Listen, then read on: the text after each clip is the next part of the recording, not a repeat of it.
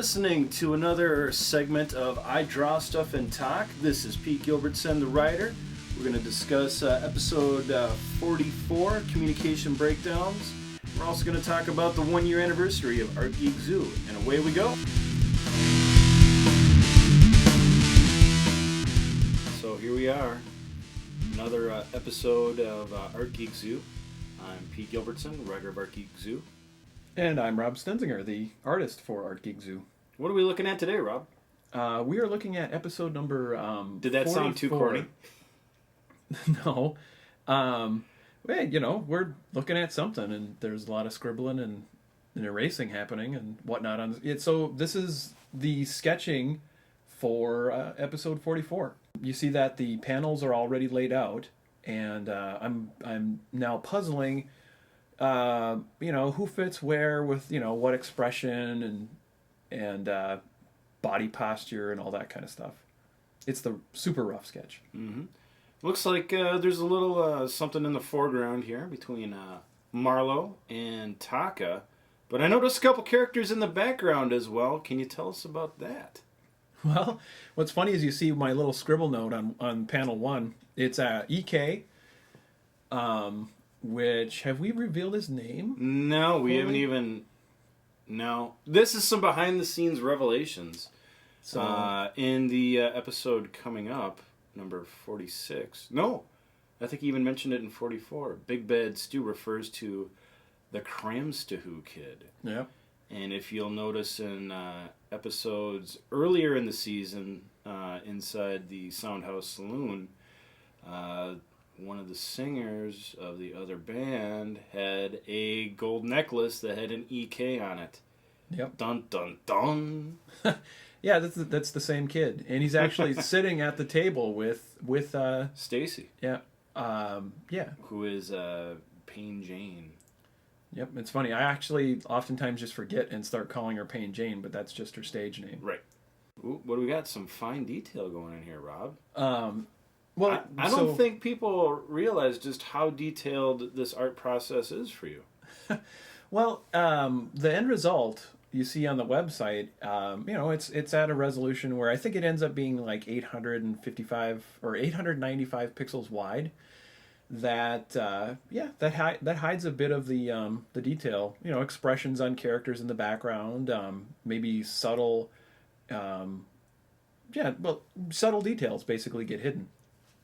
And what I'm doing right now is the detailed pen work, where it goes from that rough sketch where I just get the basic positions and the where people are going to be and whatnot, and flesh it out layer by layer. I know a couple of other episodes of I Draw Stuff and Talk where I'm already starting at this point, and people have asked, "Hey, what's that about?" And Yeah, well, there's always a little action going on in the background of the comic, which I really enjoy. Yeah, me we're too. Looking at Crunchy right here, reclining in his guitar stand. Great touch. I think it's hilarious. Watching a little TV as well on the computer. Wrestling. Now, this was my suggestion. I'm like, I want Crunchy to be watching something on TV, and he's eavesdropping and overhearing a conversation between Pick and Pick's mom. And then when we break away to the Soundhouse Saloon, and Big Bad Stu's on the phone with a mysterious someone by the name of Ray, his Big Bad security guard is also watching the same program. And then Rob said, wrestling, let me come up with a couple of characters. So, crazy inside joke there. And just love these two guys. And one of them is a shark figure. We call him Shark Face, and that's not too clever. But he is wrestling one of my favorites, a gentleman we have decided to call Baron von Wolfensteiner. And that cracks me up every time I think about it. You mean Baron von Wolfensteiner? And I giggle, and Rob laughs because I'm laughing. That's funny. If you're a fan of wrestling and you like the old school wrestlers, you will find the name, I hope, Baron von Wolfensteiner to be quite amusing. This little commentary that we have is also marking a special anniversary in the lineage of Art Geek Zoo. What is that? Well, Art Geek Zoo started a year ago in February. It's actually the first episode was the 18th of February in 2008, and here we are. we're just past that now in 2009. And how did Art Geek Zoo start? Just one guy in his basement scribbling around, kind of like we got the picture-in-picture. So that hasn't changed too much. In a nutshell, yeah. I mean, that's the gist of it. I mean, it's the world and stuff is based on all sorts of weird crap in my head, but but the the basic process was, hey, I'm going to start sharing this story. And I am the Baron von Wolfensteiner. Look at him. I'm sorry. Continue. And right now he's choking the shark face. Yeah. Oh, but the tables get turned next episode. I know. I'm excited about that. They do. You got to have the drama in the wrestling. It started out just me doing all the writing and stuff, and you were the one-man band. I fretted that part of every episode up until like right around episode 20 when Pete came along, which was August of last year. My gosh. We've done more episodes together than you've done by yourself. Yeah, oh yeah. I didn't even realize that. I had a pretty good episode a week schedule, but then midsummer, as much as I love Art Geek Zoo, it doesn't pay the bills. I took on a contract that just took up a bunch of time. So. And you remodeled your house. And a few other events. Right. So, and that bugged me. I wanted to be regular with this because I love, sharing the world, the characters, the process of making it. So I know it's got to be regular in order for that to become a reality and reach out to more people. Swinging a hammer, typing code, didn't have time for the virtual paintbrush. Yeah, and UI design type stuff. I don't know.